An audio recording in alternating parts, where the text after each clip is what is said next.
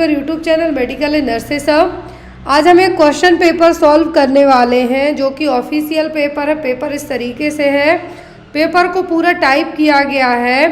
तो जो भी लोग इस क्लास में जुड़े हुए हैं, मैं बता दूं, जिनका अपकमिंग टाइम में राजस्थान के लिए पेपर है, बिल्कुल भी डील ना डालें कि अब आपने जीएनएम का पेपर तो दे लिया, अब सीएचओ के पेपर में है जो आपकी तैयारी कंप्लीटेड है। तो ऐसा नहीं है, आपके पास अभी पूरा 1 महीने का समय है, तो आपको अपनी तैयारी अच्छे से करनी है। और इस बार तो और जब राजस्थान वाले पेपर दे रहे होंगे, क्योंकि उनका प्रीवियस पेपर क्या हो गया था, लीक हो गया था, इस वजह से हो सकता है कि इस बार का पेपर और ज़्यादा आपको टफ आए। तो यहाँ पर जो लोग अपकमिंग टाइम में पेपर दे रहे हैं, अब एमपी वालों की बात करें तो एमपी वालों के लिए भी ये पेपर उतना ही ज़रूरी है जितना राजस्थान वालों के लिए। इस पेपर में हम बात करें तो जीके जीएस ना के बराबर है। यहाँ पर ओनली आपका नर्सिंग सब्जेक्ट इंक्लूड किया गया है, ओनली नर्सिंग। और जो भी लोग लास्ट 2019 से 2019 से लेके 2024 तक में जितने भी एनएचएम सीएचओ के पेपर्स हुए हैं वो परचेस करना चाहते हैं, डायरेक्ट मेरे व्हाट्सएप नंबर पर कांटेक्ट करके पेपर्स परचेस कर सकते हैं। आपके लिए पहले जो अमाउंट था बहुत ज़्यादा लग रहा था, तो मैंने 4-5 डेज़ के लिए ऑफ़र भी रिलीज़ किया था। 500 का 250 कर दिया था, मे बी 4 डेज़ के लिए 28 से 3 फरवरी तक के लिए। बट नाउ डेज जो अमाउंट है वो 350 रहेगा। जो भी लोग लेना चाहते हैं 40 पेपर प्लस 13 सीरीज़, तो आपके अपकमिंग एग्ज़ाम के लिए जो हेल्पफुल रहेंगी। और जिन्होंने राजस्थान का पेपर दिया है उनको जो भी कन्फ्यूज़न रहेंगे, स्पेशली जिन भी क्वेश्चंस को लेके, वो हर एक क्वेश्चंस को, एक एक क्वेश्चन को एक एक वीडियो के थ्रू है जो पूरा 5-10 मिनट जितना भी समय लगेगा आपको उन चीज़ों के लिए एक्सप्लेन किया जाएगा कि आपने क्या मिस्टेक की है, किस तरीके से आपको पेपर देना था। तो यहाँ पर ये जो पूरा पेपर है, पूरा सीएचओ का पेपर है। चलिए इस पेपर को हमने जिस फॉर्मेट में है जो क्या किया है, टाइप किया है, उस फॉर्मेट के थ्रू आपको एक्सप्लेन किया जाए। तो ये पेपर एनएचएम सीएचओ सभी क्लासेस के लिए हेल्पफुल रहने वाला है, ऐसा नहीं कि ओनली सीएचओ के लिए बस। तो जो पहला क्वेश्चन था इस क्वेश्चन पेपर का, वो आपकी स्क्रीन पे आपको, what is the commonest cause of postpartum haemorrhage, PPH। Postpartum haemorrhage का सबसे कॉमन रीज़न क्या है? Atonicity of the uterus, subinvolution, precipitating labour, या फिर परपीरियल सेप्सिस। जब आपको ये चारों टर्म पता होंगे तब आप प्रॉपर एक्सप्लेनेशन कर पाएंगे। तो पोस्टपार्टम हेमरेज क्या है? PPH। पोस्टपार्टम हेमरेज का मतलब है after the delivery more than 500 ml से ज़्यादा ब्लड का यहाँ पे लॉस होना। क्या कहलाएगा यहाँ पर? PPH। क्या होगा? ये कहलाएगा PPH। तो यहाँ पे आपको पता होगा कि जब 500 ml से ज़्यादा ब्लड लॉस होगा तो ये कंडीशन कहलाएगी PPH। फिर होता है प्राइमरी और दूसरा होता है सेकेंडरी PPH। तो अब यहाँ पर जो कॉमन रीज़न होता है PPH का, वो क्या होगा? सब इन्वोल्यूशन होगा कि एटोनिसिटी ऑफ यूट्रस होगा कि प्रेसिपिटेट लेबर होगा? अब प्रेसिपिटेट लेबर का मतलब होता है कि जनरली जो फर्स्ट और सेकेंड स्टेज है लेबर की, क्या है? प्रेसिपिटेट लेबर का मतलब, प्रेसी का मतलब पहले, क्या है? पहले। तो प्रेसिपिटेट लेबर का मतलब होगा समय से पहले ही, बहुत फास्ट तरीके से, रैपिड लेबर के नाम से भी आप इसको जान सकते हैं, तो इजीली आपको याद रहेगा। प्रेसिपिटेट लेबर में समय के पहले ही, विदिन 1 और 2 आवर में ही क्या हो जाना? डिलीवरी हो जाना। ये एक्चुअल में अच्छी चीज़ भी है और गलत चीज़ भी। अच्छी चीज़ ये है कि ज़्यादा लेबर पेन है जो सहन नहीं करना पड़ेगा क्लाइंट को, जो फीमेल है। दूसरी चीज़, इतने फास्ट तरीके से होगा कि कुछ कॉम्प्लिकेशन भी डेवलप हो सकते हैं, बट ऐसा होता नहीं है जनरली। तो प्रेसिपिटेट लेबर में कॉन्ट्रैक्शन बहुत फास्ट आएंगे, सभी चीज़ें बहुत फास्ट होंगी। सब इन्वोल्यूशन में होगा क्या कि जो यूट्रस है वापस से रिवर्ट बैक नहीं होगी अपनी नॉन प्रेग्नेंट स्टेट में। क्या है? नॉन प्रेग्नेंट स्टेट में वापस से रिवर्ट बैक नहीं होगी। परपीरियल सेप्सिस का मतलब है आफ्टर डिलीवरी के बाद से लेके, प्लेसेंटा एक्सपल्सन के बाद से लेके यदि 42 दिन हो, उन 42 दिनों के अंदर यदि सेप्सिस का फॉर्मेशन होता है तो वो। रेटोनिसिटी ऑफ यूट्रस का मतलब है कि यूट्रस की जो टोन है, मसल्स टोन है, उसका लॉस हो जाना। और यही सबसे कॉमन रीज़न कंसीडर किया जाता है किसके लिए? पोस्टपार्टम हेमरेज के लिए। तो पीपीएच के जो 2 टाइप्स हैं, क्या है, 2 टाइप्स, और इनके अब कॉज की बात करें हम तो सबसे पहला रीजन तो हमेशा अटोनिसिटी ऑफ यूट्रस ही कंसीडर किया जाता है। क्या है, अटोनिसिटी ऑफ यूट्रस। यहाँ पर यदि इस तरीके से क्वेश्चन है तो ये किसके लिए है, प्राइमरी पीपीएच के लिए जो कॉमन है। शव इन्वोल्यूशन होता है सेकेंडरी के लिए, किसके लिए, सेकेंडरी पीपीएच के लिए, या फिर प्लेसेंटा एसेटा हो सकता है, रिटेन्ड प्रोडक्ट्स हो सकते हैं सेकेंडरी पीपीएच में। लेकिन यदि आपको डायरेक्ट पीपीएच का कॉज पूछे तो 85% केसेस में क्या होगा, अटोनिसिटी ऑफ द यूट्रस। क्लियर है। आई होप आपको इस क्वेश्चन से यदि कितने भी क्वेश्चन आ जाएं तो आपसे बन जाएंगे कि पीपीएच से जो भी क्वेश्चंस आपको आएंगे आप कर लेंगे। Postpartum haemorrhage. अब यदि ड्रग ऑफ चॉइस की बात करें हम, पीपीएच को ट्रीट करने के लिए ड्रग ऑफ चॉइस क्या दी जाती है, ऑक्सीटोसिन। वो क्यों दी जाती है, ताकि यूट्रस की मसल स्टोन वापस आए। यूट्रस में जो कॉन्ट्रैक्शन आना चाहिए वो नहीं आ रहा है, जिसके कारण इतनी ज़्यादा ब्लीडिंग हो रही है, तो ऑक्सीटोसिन और पिटोसिन है जो as a drug of choice के तौर पे यूज़ की जाएगी। अगला क्वेश्चन है यहाँ पर, daily requirement of folic acid during pregnancy is. तो यहाँ पर डेली क्या रिक्वायरमेंट है, प्रेगनेंसी में फॉलिक एसिड की क्या रिक्वायरमेंट है। तो यहाँ पर जो डेली की हम बात करें तो डेली जरूरी कितना होता है, 400 म्यूजी per day, 800 म्यूजी per day, 1000 म्यूजी per day, या फिर 2000 म्यूजी पर डे। तो यहाँ पर कितनी क्या है, कितनी फॉलिक एसिड की ज़रूरत होगी। फॉलिक एसिड क्यों ज़रूरी होता है प्रेगनेंसी में, बच्चे में जो यूट्रस में जो बेबी पल रहा है उसमें किससे हमें प्रिवेंट करना है, उसको न्यूरल ट्यूब डिफेक्ट से। क्योंकि जो न्यूरल ट्यूब बनती है, फॉलिक एसिड ज़रूरी होता है हमारे शरीर में होगा, लेकिन जितनी ज़रूरत है उतना ना होने के कारण बाहर से दिया जाता है। डेली की बात करें तो कितनी ज़रूरत होती है, 400 म्यूजी पर डे। और इसी फॉलिक एसिड की कमी के कारण बच्चे में न्यूरल ट्यूब डिफेक्ट है जो डेवलप हो सकता है, उसी को प्रिवेंट करने के लिए प्रेगनेंसी में क्या दिया जाता है, फॉलिक एसिड। जो लोग कंसीव करना चाहते हैं उस दौरान से स्टार्ट कर सकते हैं, जो कंसीव कर चुके हैं as soon as possible pregnancy confirm होती है फॉलिक एसिड स्टार्ट कर दिया जाता है। अगला क्वेश्चन है यहाँ पर, इन एपिडेमियोलॉजिकल ट्रियाड, और मैं बता दूं कि वो पूरा ऑफिशियल पेपर है, वो भी सीएचओ का, कम्युनिटी हेल्थ ऑफिसर का। तो यहाँ पर सब लोग इस क्लास को देखें कि क्वेश्चंस कैसे आते हैं। तो यहाँ पर जो नेक्स्ट क्वेश्चन है उसमें कहा गया है कि एपिडेमियोलॉजिकल ट्रियाड के 3 फैक्टर्स हैं, एजेंट, होस्ट, और नेक्स्ट क्या है, एडमिनिस्ट्रेशन है, बैक्टीरिया है, इम्यूनिटी है कि इन्वायरमेंट है। क्या होगा नेक्स्ट फैक्टर। तो जो एपिडेमियोलॉजिकल ट्रियाड का मतलब होता है 3, एजेंट, होस्ट, इन्वायरमेंट। तीनों एक दूसरे पर क्या होंगे, डिपेंडेंट रहेंगे। क्या होंगे, ये तीनों चीज़ें एक दूसरे पर डिपेंडेंट रहेंगी। तो यहाँ पर 3 ट्रायंगुलर आपने जो देखा है वही है, क्या, agent, host, environment, epidemiological triad. Epidemiology के फादर की बात करें हम तो जॉन स्नो। एपिडेमियोलॉजी में स्टडी किसकी की जाती है, डिसीज़ होने की, क्या रीज़न है, कितनी फैली, वो सब स्टडी किस में की जाएगी, एपिडेमियोलॉजी में।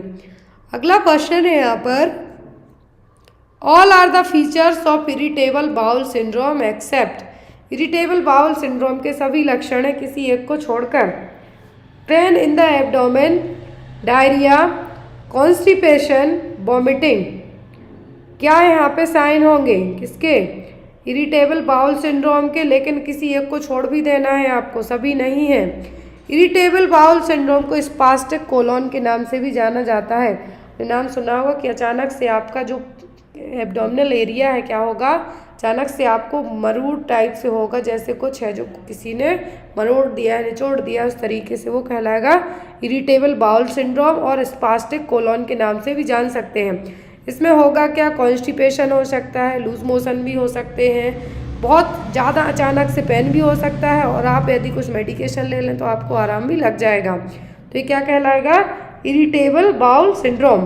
तो यहाँ पर जो कंडीशन नहीं होगी, जो लक्षण नहीं होगा, तो क्या होगा, वॉमिटिंग। इसमें वॉमिटिंग नहीं होती है, और ये चीज़ सिंड्रोम का मतलब है साथ में बहुत सारे लक्षण मिल गए वो है। तो यहाँ पर ये चीज़ अपनी लाइफ में आज तक सभी ने एक एक बार तो फेस जरूर की होगी। कि क्लास में ही बहाना मारना है तो बोल दो कि पेट में दर्द हो रहा है। अगला क्वेश्चन है the wound where there is a no break in the skin and externally characterised by swelling, discolouration and pain is called as.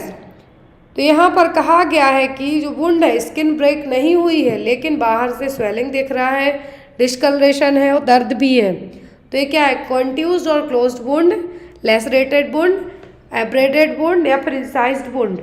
Incised का मतलब तो कट लगा दिया, ब्लड आने लगा। लेसरेशन का मतलब स्किन छिल गई। अब यहाँ पे कहा है कि ब्रेक नहीं हुआ है स्किन में लेकिन दर्द है, स्वेलिंग है, डिस्कलरेशन है। मान लीजिए कोई बच्चा गिरता है, आपने देखा होगा बच्चे इवन आप भी कहीं जाके टकरा गए, आपको ब्लड नहीं आया लेकिन वहाँ की स्किन कैसी हो गई? ब्लूइश टाइप की हो गई। दर्द हुआ, वहाँ पर आपको स्किन ऊपर की तरफ उठ के आ गई, स्वेलिंग भी हो गई, तो ये क्या कहलाएगा? कंट्यूजन। क्या होगा? कंट्यूजन और क्लोज्ड वुंड। क्या होगा? कंट्यूजन और क्लोज्ड वुंड। अगला क्वेश्चन है यहाँ पे, ध्यान रखें कि जितनी भी चीज़ें CHO में पूछी जाती हैं उनमें से आधी चीज़ें आपके साथ कभी ना कभी होती हैं, समझने की बस ज़रूरी होती है कि आपको क्वेश्चन कैसा आया है। अगला क्वेश्चन है यहाँ पर, और मैंने आपसे NHM राजस्थान के पेपर के पहले भी कहा था कि जो लोग NHM का पेपर देते हैं वो दूसरे स्टेट के पेपर सॉल्व करके ज़रूर जाना, क्योंकि जिन्होंने UP के पेपर देखे होंगे उनको NHM के पेपर में थोड़ी तो हेल्प रही ही होगी, क्योंकि UP NHM के पेपर थोड़े से हार्ड आते हैं कंपैरिजन टू दूसरे स्टेट के। और CHO और NHM की बात करें, CHO का जो सिलेबस होता है बेस्ड ऑन जो आपकी पोस्टिंग होनी होती है उसको दिमाग में रख के डिसाइड किया जाता है कंपैरिजन टू NHM के, क्योंकि NHM में आपकी पोस्टिंग शहरी इलाकों में होती है और आपको क्वेश्चन भी उसी तरीके के सेट किए जाते हैं। तो अगला क्वेश्चन है यहाँ पर, refers to the physical effect on the human body of a dietary intake inadequate in quantity or quality। तो फिजिकल इफेक्ट होगा ह्यूमन बॉडी पर खाने पीने को लेके, डाइटरी इंटेक को लेके, जो कि कमी हो सकती है क्वांटिटी में भी और क्वालिटी में भी। खाना कम भी मिलेगा और उसमें क्वालिटी भी नहीं होगी, तो आपकी बॉडी पे क्या असर दिखाएगा? माल न्यूट्रिशन का, जेनेटिक्स, फिजियोलॉजी या पैथोलॉजिकल असर, किस तरीके का असर होगा? फिजिकल इफेक्ट की बात की जा रही है कि आपकी बॉडी में जो डाइटरी इंटेक है क्वांटिटी भी कम दे दी और क्वालिटी भी कम दे दी, तो इसके कारण जो कंडीशन बनेगी वो क्या होगा? कुपोषण और माल न्यूट्रिशन। क्या होगा? कुपोषण और माल न्यूट्रिशन। अगला क्वेश्चन है यहाँ पर, kwashiorkor is the term used when there is deficiency of. तो क्वाशियोरकर टर्म यूज किया जाएगा जब किसकी कमी होगी? प्रोटीन की, आयरन की, विटामिन डी की, कि नन ऑफ दीज की? किसकी कमी होगी जब यहाँ पर क्वाशियोरकर टर्म यूज किया जाएगा? किसकी कमी के कारण यूज किया जाएगा? तो वो होगा प्रोटीन। क्या होगा? प्रोटीन। Kwashiorkor, marasmus. क्वाशियोरकर का मतलब है यहाँ पर कैसा? बच्चा सिकड़ा हुआ। सॉरी, क्वाशियोरकर में क्या होगा? एब्डोमेन बाहर को दिखेगा, स्वेलिंग होगी। मरासमस में बच्चा बिल्कुल सिकड़ा हुआ, पूरी प्रोमिनेंट बोन्स तक देखने को मिल जाएंगी, हड्डी हड्डी देखने को मिल जाएंगी। तो यहाँ पर आपको इन दोनों के बीच का डिफरेंस जरूर याद रखना है, एग्जाम में आपको आता है।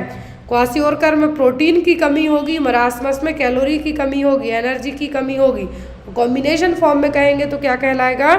प्रोटीन, एनर्जी, माल न्यूट्रिशन।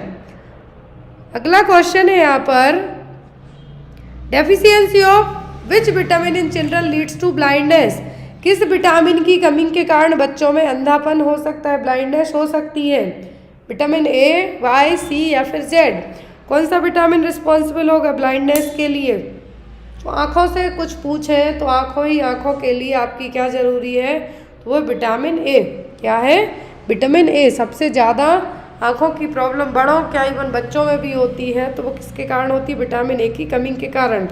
ब्लाइंडनेस, नाइट ब्लाइंडनेस की बात करें हम तो रतौंधी, रात में दिखाई नहीं देता है, उससे भी आँखों में रात में क्या है? दिखाई नहीं देगा, वो भी एक रीज़न है। और यदि हम बात करें कि भारत में, यहाँ पर एग्ज़ाम में क्वेश्चन आता है कि जो इंडिया है यहाँ पर ब्लाइंडनेस का जो मेन कॉज है वो क्या है? वो है cataract. First is the cataract and next is the refractive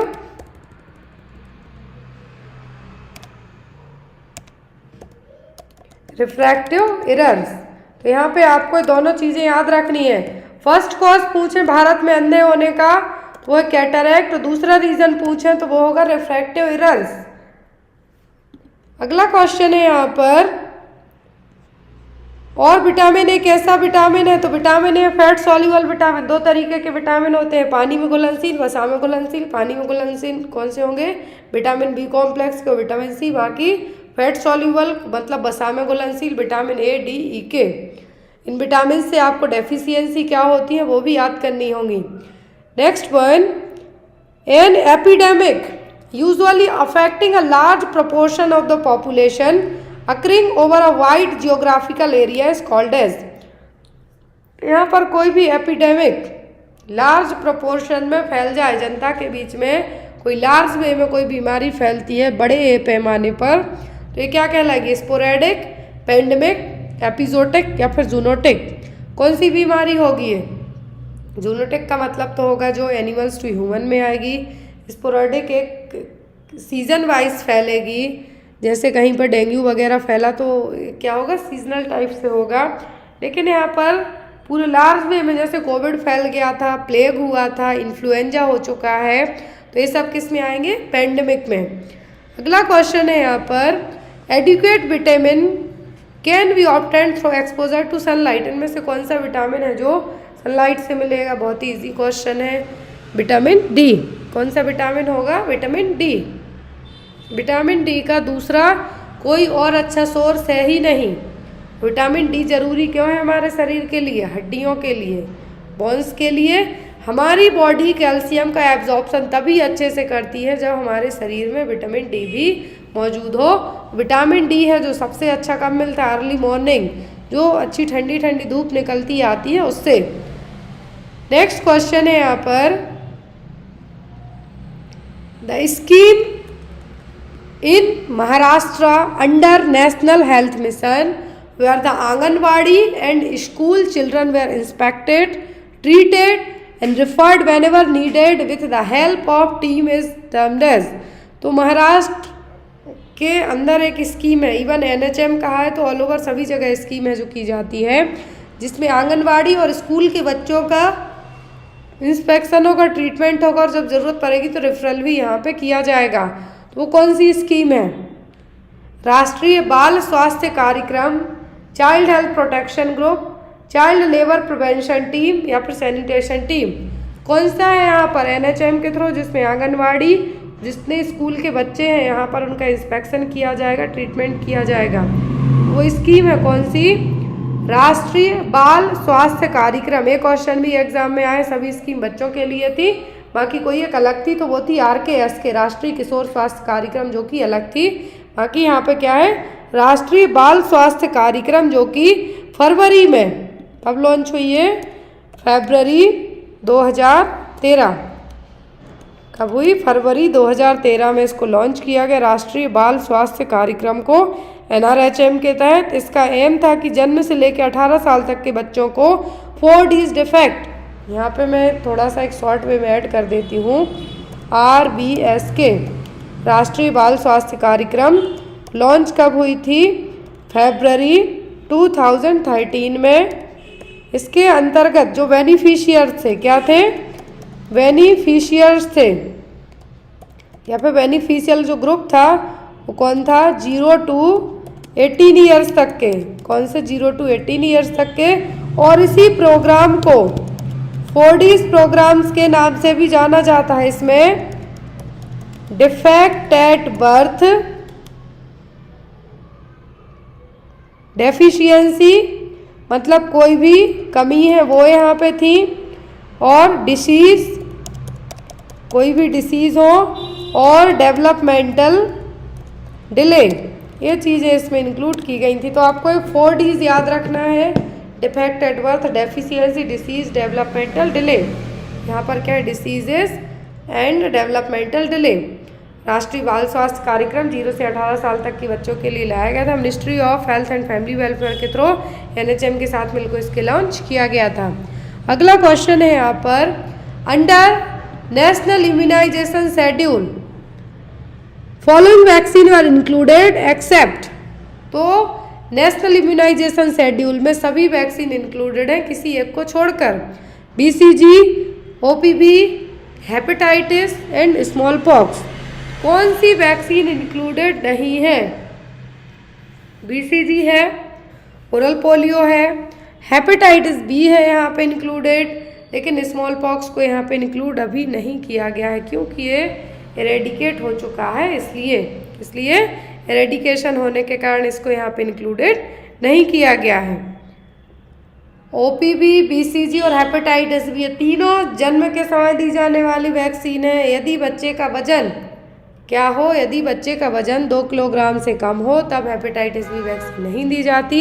इंतज़ार किया जाएगा कि बच्चा जब 2 kg कंप्लीट कर जाएगा तब देंगे इंट्रामस्कुलर रूट से वास्टस लैटरलिस मसल्स में। OPV ओरली दी जाती है 2 बूंद 0 से लेकर 5 साल तक की उम्र के बच्चों में पोलियोमाइलाइटिस से प्रिवेंट करने के लिए। BCG दी जाती है इंटरडर्मल लेफ्ट अपर आर्म में और 1 साल तक की उम्र तक इसको दे सकते हैं। 0 to 1 मंथ तक डोज अलग होता है, 1 ईयर के बाद 1 मंथ से 1 ईयर तक this is a system of storage, transport and distribution of vaccine in the state of efficacy and potency at recommended temperature from the manufacturer to the actual recipient of vaccine is termed as। Store की जाएगी vaccine, transport की जाएगी, distribution किया जाएगा और उसकी potency को ध्यान में रख के कि टेम्परेचर भी सही हो जितनी ज़रूरी है। मैन्युफैक्चरिंग से लेके एक स्पेशल पॉइंट तक पहुंचने तक जो वैक्सीन का पूरा स्टोरेज, ट्रांसपोर्ट सब चीज़ें हैं क्या कहलाए? Cold chain, procurement, legal vaccine system या फिर पब्लिक ट्रांसपोर्ट पीरियड, ये कहलाएगा कोल्ड चेन। क्या होगा? ये कहलाएगा कोल्ड चेन की वैक्सीन बनने से लेके, मैन्युफैक्चरिंग से लेके जहाँ तक पहुँचनी है वहाँ तक पूरी सही सलामत पहुँच जाए विथ एफिकेसी के, पोटेंसी के, तो वो क्या कहलाएगी? Cold chain. अगला क्वेश्चन है यहाँ पे, the period from birth to 28 days of life is called. तो जन्म से लेकर 28 दिनों तक का समय क्या कहलाएगा? न्यूनेटल, एडोलेसेंट, अर्ली न्यूनेटल या फिर पेरी न्यूनेटल? क्या कहलाएगा? अर्ली न्यूनेटल तो होगा 1 वीक तक का। यहाँ पर अर्ली न्यूनेटल की बात करें हम तो 1 वीक्स तक। एडोलेसेंट अकॉर्डिंग टू WHO तो 10 to 19 ईयर। GNM राजस्थान में पेपर आया है तो ये क्या कहलाएगा? नियोनेटल। क्या है? नियोनेटल। इन्फेंसी पीरियड की बात करें हम तो 1 साल तक की उम्र का। अगला क्वेश्चन है यहाँ पर, Apgar scoring 5 objectives criteria were given except. Apgar score से भी क्वेश्चन आया था अभी एग्जाम में जो 3 तारीख को हुआ है। अपगार स्कोरिंग में 5 जो चीज़ें चेक की जाती हैं किसी एक को छोड़कर, रेस्पिरेशन चेक होगा, हार्ट रेट चेक होगी, मसल टोन भी चेक होगी, रिफ्लेक्सेस रिस्पॉन्स होंगे, स्किन कलर होगा, लेकिन मिड अपर आर्म सरकमफेरेंस है जो चेक नहीं किया जाता अपगार स्कोरिंग सिस्टम में। वर्जीनिया अपगार ने इसको दिया था। बेबी के जन्म के समय होता है जब बच्चा, तो उसमें पूरी उसकी हेल्थ कंडीशन को असेस करने के लिए एक तो होगा विदिन 1 मिनट, बच्चा पैदा होने के बाद विदिन 1 मिनट, दूसरी बार आप कब चेक करेंगे? आफ्टर 5 मिनट के बाद। क्या है अपगार स्कोर? जब भी डिस्चार्ज पेपर आपने देखे होंगे हॉस्पिटल में दिए जाते हैं डिलीवरी होने के बाद, तो बच्चे का अपगार स्कोर जरूर लिखा जाता है। तो जो मैक्सिमम होता है वो होता है 10 ना 10। यदि 8 तक के भी ये बच्चा ठीक है, यदि बिलो 6 जाता है मतलब बच्चे की कंडीशन ठीक नहीं है। अगला क्वेश्चन है यहाँ पे, 1 calories is equal to how many joules. तो 1 कैलोरी कितने जूल के बराबर होती है? 4.184, 2.1, 5.184 या फिर 9.0। 1 कैलोरी बराबर होती है कितने के? 4.184 जूल्स के बराबर। कितना? 4.184 जूल्स के बराबर। अगला क्वेश्चन है हमारा, vitamin C is rich in following fruits except. सब में विटामिन सी है किसी एक को छोड़कर, लेमन में, ऑरेंज में, आंवला में कि ऑनियन में। तो विटामिन सी का सबसे अच्छा सोर्स होता है जितने भी खट्टे फल हैं वो, नींबू हो गया, आंवला हो गया, ऑरेंज हो गया, तीनों में है। लेकिन ऑनियन में विटामिन सी नहीं पाया जाता है। क्या है? ऑनियन में विटामिन सी नहीं पाया जाता है। विटामिन सी रिच फ्रूट नहीं है वो क्या होगी? प्याज और ऑनियन। अब आप जब भी लोग प्याज काटते हैं तो जो स्पेशली नई प्याज आती है, नई प्याज का मतलब जब फसल आई उसके बाद जो नई प्याज आती है, ओल्ड प्याज, कोई भी ऑनियन ले लो, उसको जब भी कट करते हैं तो आंसू हैं जो मोस्ट ऑफ दी लोगों को आते हैं। और इन आंसू आने का कारण है क्या? सिनप्रोपैंथियल। क्या है यहाँ पर? सिनप्रोपैंथियल, सिनप्रोपैंथियल एस ऑक्साइड। क्या है? सिनप्रोपैंथियल एस ऑक्साइड। ये क्या करेगा? जो हमारी आँखों के, यहाँ पे याद रखना, आपको हो सकता है एग्जाम में आ जाए कि जो प्याज में कौन सा केमिकल है जिसके कारण आप जब भी प्याज काटते हैं तो आपकी आंखों से आंसू आते हैं। तो सिनप्रोपैंथियल है जो क्या है इसके लिए रिस्पॉन्सिबल है। तो यहाँ पर ये करेगा क्या? जो आपकी आंसू आने वाली क्या है ग्लैंड्स हैं, लैक्राइमल ग्लैंड्स होती हैं, इनको क्या करेगा? एक तरीके से इरिटेट करेगा, इरिटेट या फिर स्टिमुलेट करेगा। तो ये इरिटेट करने का काम करेगा, जिसके कारण लैक्राइमल ग्लैंड क्या करेंगी? आपकी आंसू निकालेंगी। सबको लगेगा कि आप बहुत रो रहे हैं, और जिसको रोना ना आए प्याज काटें और प्याज काट के अपनी आंखों के सामने ही उसको रख लें तो आपके जो आंसू आएंगे, रीज़न ये है कि आपकी लैक्राइमल डक्ट क्या हो रही हैं, लैक्राइमल ग्लैंड इरिटेट हो रही हैं और आंसू निकालने का काम कर रही हैं। अगला क्वेश्चन है, normally 1 gram of oil gives how many calories. तो 1 ग्राम ऑयल से कितनी कैलोरीज मिल सकती है? ऑप्शन में है यहाँ पर जो 1 ग्राम ऑयल है, या फिर 1 ग्राम फैट भी कह सकते हैं आप, ऑयल, या फिर एग्जाम में आपको यहाँ पे फैट भी दिया जा सकता है, तो ये देता है 9 किलो कैलोरीज। ऐसा एक जो कंपोनेंट एग्जाम में आता है सबसे ज़्यादा कैलोरी देने वाला, तो वो है फैट ही। बाकी जो प्रोटीन और कार्बोहाइड्रेट है तो इससे कितना मिलेगा? 4। कितना? प्रोटीन और जो कार्बोहाइड्रेट्स है इससे मिलेगी 4 कैलोरी, बाकी फैट से कितना मिलेगी? 9। Next one, nutrients are obtained from food by the process of metabolism that takes place in the following steps except. तो जो भी हम खाना पीना खाते हैं हमारी बॉडी में, उनका मेटाबॉलाइजेशन अलग अलग तरीके से होगा किसी एक स्टेप को छोड़कर। डाइजेशन, एब्जॉर्प्शन, एसिमिलेशन या फिर हार्मोनाइजेशन, सब चीज़ें होंगी। जो भी आप खाते पीते हैं उसके जो न्यूट्रिएंट्स, उनके साथ सब कुछ होगा हमारे शरीर में जाके, किसी एक को छोड़कर। डाइजेशन होगा, एब्जॉर्प्शन भी होगा, एसिमिलेशन भी होगा, लेकिन हार्मोनाइजेशन इसका नहीं होगा। Next one, following are the fat soluble vitamin except. तो वसा में घुलनशील विटामिन कौन से? ए, डी, ई, के। अब जो नहीं है तो वो होगा विटामिन सी, बी कॉम्प्लेक्स के जितने भी विटामिन हैं वो। विटामिन सी की कमी से क्या होता है एग्जाम में आपको आता है, तो क्या है? स्कर्वी। क्या है? स्कर्वी। विटामिन ई, इसको एंटीऑक्सीडेंट भी कहा जाता है, और ये क्या है? Anti sterility vitamin. क्या है? एंटी स्टेरिलिटी विटामिन के नाम से जाना जाता है। विटामिन डी, इसको बोन्स के लिए ज़रूरी है, और इसकी कमी से क्या होगा? बच्चों में पूछें तो रिकेट्स, बड़ों में पूछें तो ऑस्टियोमलेशिया। क्या? ऑस्टियोमलेशिया। विटामिन ई क्यों ज़रूरी है? विज़न के लिए। किसके लिए? विज़न के लिए। यदि बात करें बच्चों में तो ज़ीरोफ्थैल्मिया। क्या है? ज़ीरोफ्थैल्मिया होगा बच्चों में, और बड़ों में क्या हो सकता है? Night blindness. ये मैंने यहाँ पर टर्म लिख दिए हैं, आप आई थिंक समझ जाएंगे। अगला क्वेश्चन है यहाँ पर, इन केस ऑफ, और यहाँ पर विटामिन सी से एक और क्वेश्चन बनता है कि खट्टे फलों के लिए विटामिन सी, तो यहाँ पर, या फिर आप आयरन की टैबलेट लेते हैं तो कौन सा विटामिन साथ में होना चाहिए? तो आप यदि विटामिन सी लेंगे तो एब्जॉर्प्शन अच्छा होगा। अगला क्वेश्चन है, in case of intra operative care when a client arrives in the operating room 3 groups of personnel are involve in the care except. तो यहाँ पर जब भी मरीज ओटी में आता है किसी भी ऑपरेशन के लिए, सर्जरी के लिए, तो यहाँ पर इंट्रा ऑपरेटिव केयर में मतलब कि ड्यूरिंग द सर्जरी के टाइम पर पूरी हेल्थ केयर टीम रहेगी किसी एक को छोड़कर। एनेस्थेटिक टीम होगी, सर्जिकल टीम होगी, ऑपरेटिंग रूम नर्स होगी, लेकिन पैथोलॉजिस्ट टीम नहीं होगी। ये टीम या तो बिफोर पूरे टेस्ट के लिए सैंपल कलेक्ट करेगी पैथोलॉजिस्ट वाली टीम, या आफ्टर, यदि सर्जरी के बाद कुछ इन्फेक्शन होता है तब सैंपल कलेक्ट करेगी। लेकिन किसी भी सर्जरी के दौरान पैथोलॉजिस्ट टीम की ज़रूरत नहीं पड़ेगी। ओटी रूम की नर्स होगी, ऑपरेटिंग रूम की सर्जिकल टीम होगी, एनेस्थेटिक टीम होगी, लेकिन पैथोलॉजिस्ट की ज़रूरत नहीं होगी। अगला क्वेश्चन है यहाँ पर, general puncture of vein puncture is. तो वैन पंचर करके जो वैन में सिरिंज निडल लगाई जाएगी, इसका रीज़न क्या है?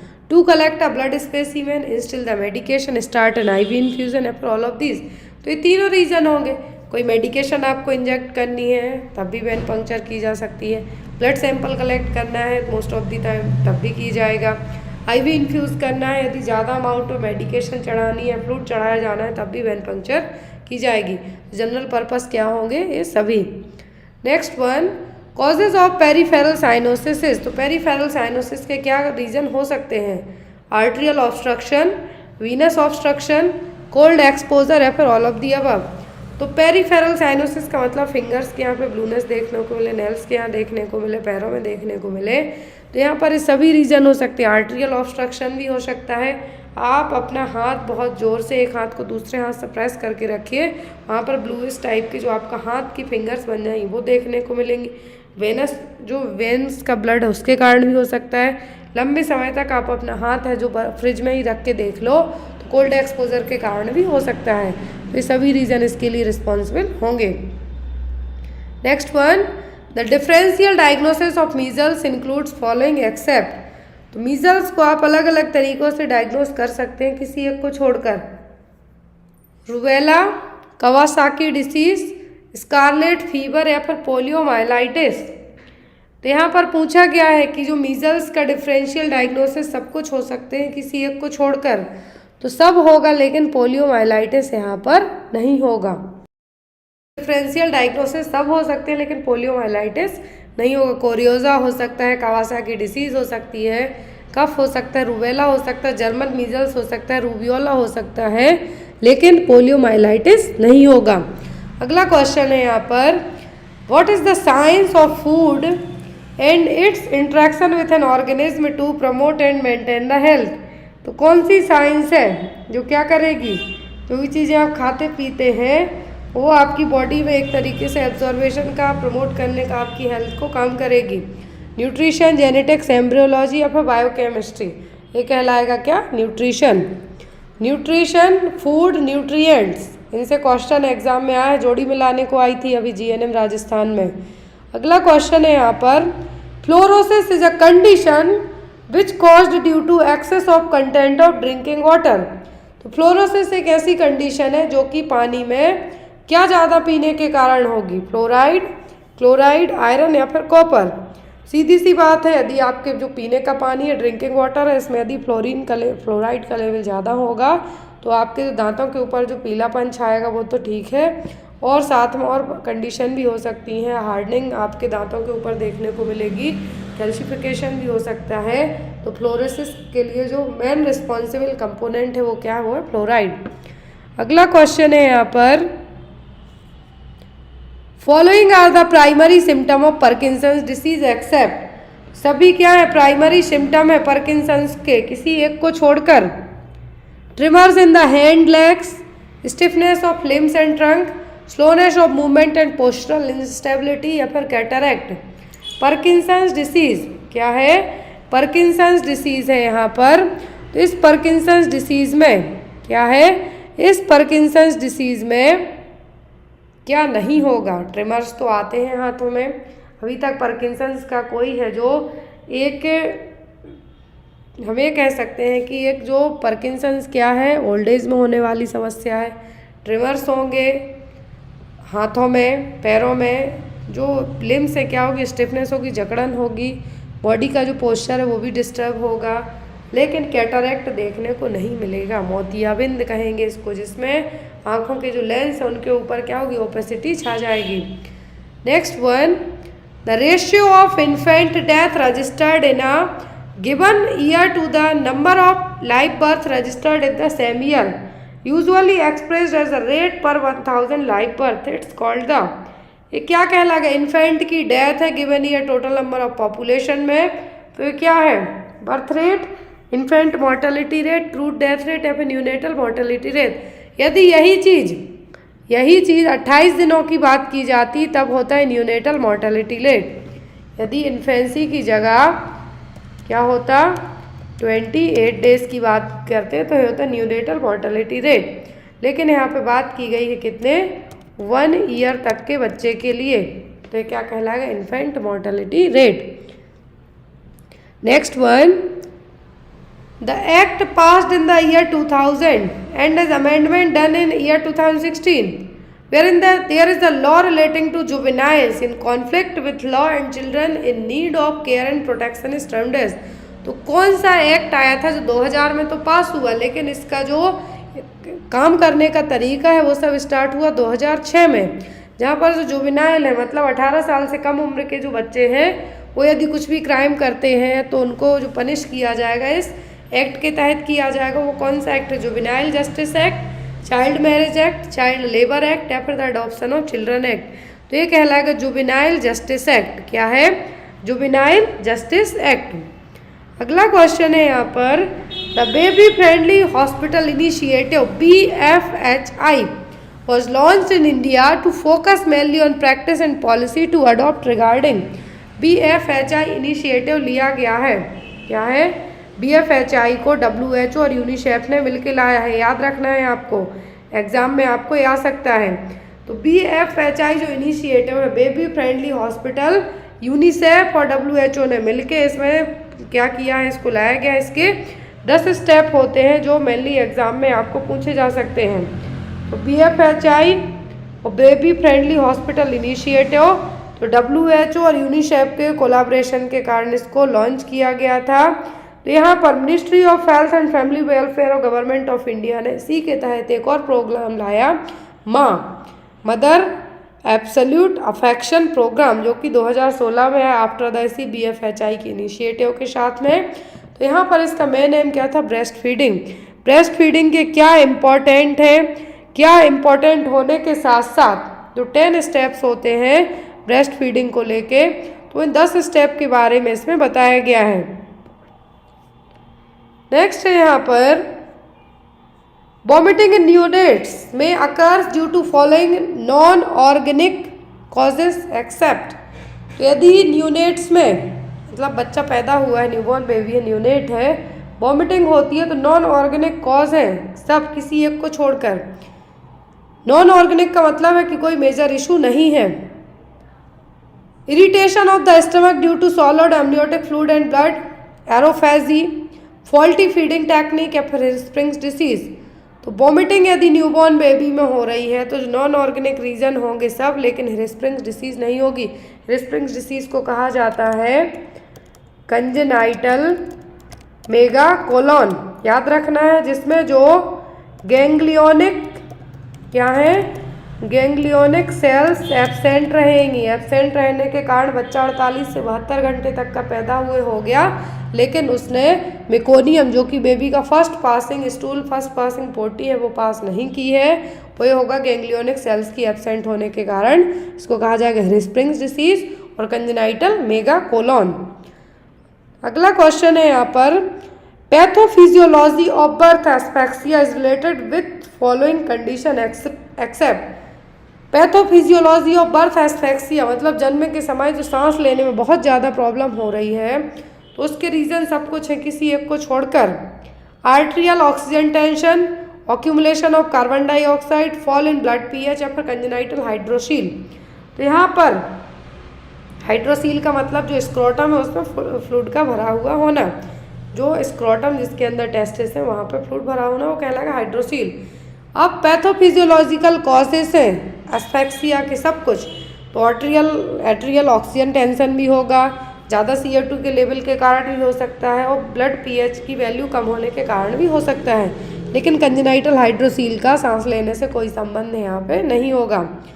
अगला क्वेश्चन है, out of the following disease which disease eradicated globally. तो इनमें से कौन सी बीमारी है जो पूरे विश्व से जा चुकी है, एरेडिकेट हो चुकी है? Swine flu, polio, small pox या फिर मीजल्स। तो यहाँ पर स्वाइन फ्लू के तो केसेस देखने को मिल जाते हैं, H1N1 फ्लू जो वायरस है रिस्पॉन्सिबल, ओसेल्टाम्बिर और टेमीफ्लू ड्रग ऑफ चॉइस के तौर पे दी जाती है। पोलियो तो इसमें आपका नर्वस सिस्टम अफेक्ट होता है। इसके केसेस ग्लोबल इंडिया से तो जा चुका है, बट इसके कुछ केसेस दूसरे कंट्रीज़ में जैसे कि पाकिस्तान में, अफगानिस्तान में है, तो इसको ग्लोबली एरेडिकेट हम नहीं मान सकते। मीजल्स के केसेस देखने को मिल जाते हैं, लेकिन जो स्मॉल पॉक्स है 8 मई 1980 को ग्लोबली एरेडिकेट कंसीडर कर दिया गया है। और एरेडिकेशन को कंसीडर करता कौन है? ये करेगा WHO, world health organization. Next one, PQLI मतलब कि physical quality of life index includes following indicators except. Physical quality of life index में सब चीज़ें शामिल हैं किसी एक को छोड़कर।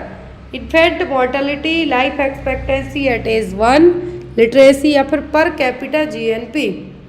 तो जो physical quality of life indexes में सब चीज़ें शामिल हैं, लेकिन पर कैपिटा GNP इंक्लूडेड नहीं है।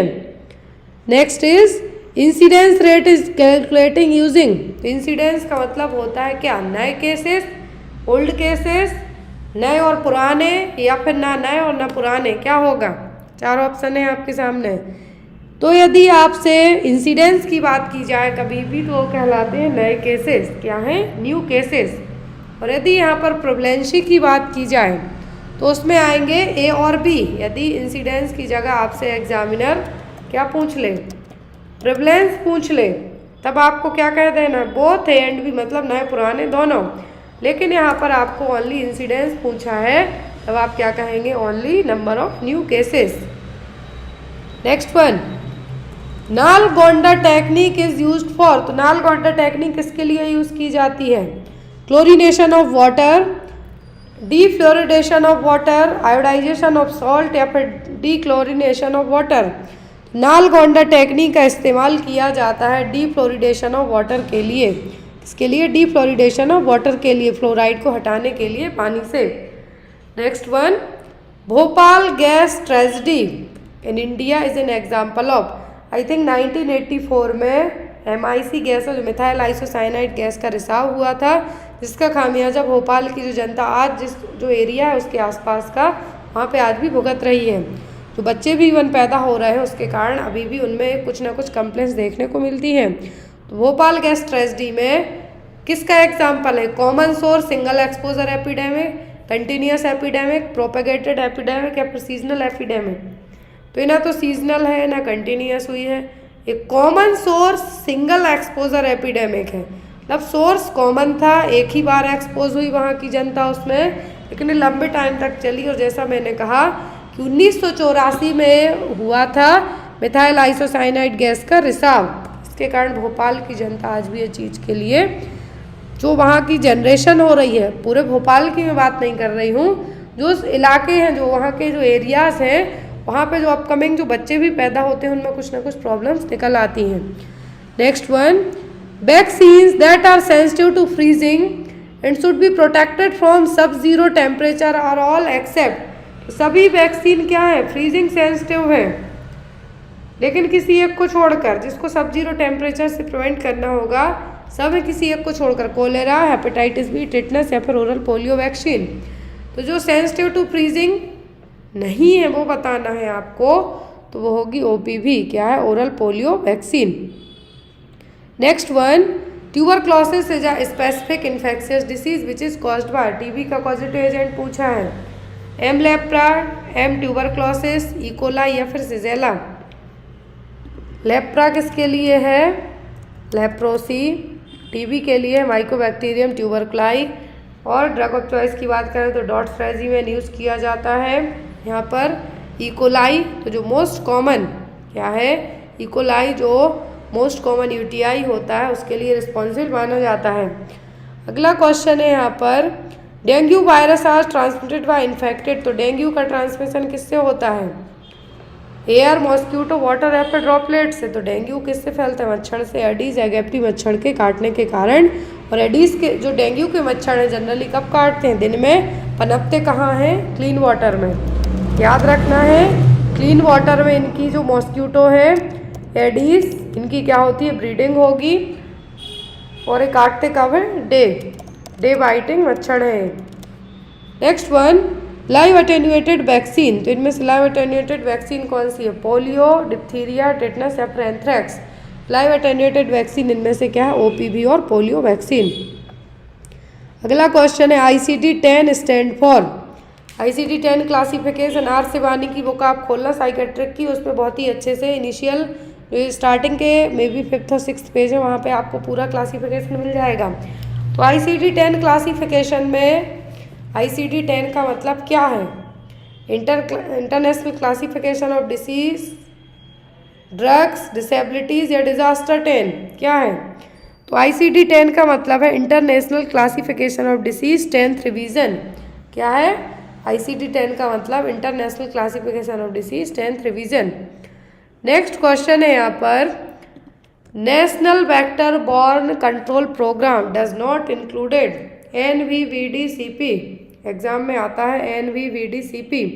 तो इस प्रोग्राम में सभी चीज़ें इंक्लूडेड हैं। National vector borne disease control programme में सब इंक्लूडेड है, किसी एक को छोड़कर। तो इसमें टोटल 6 इंक्लूडेड हैं जो मैं आपको बता दूं, और जो नहीं है तो वो है मीजल्स। जो इंक्लूडेड है वो आप जानिए। तो जो इंक्लूडेड है वो कौन सी हैं? Malaria, dengue, chikungunya, lymphatic filariasis,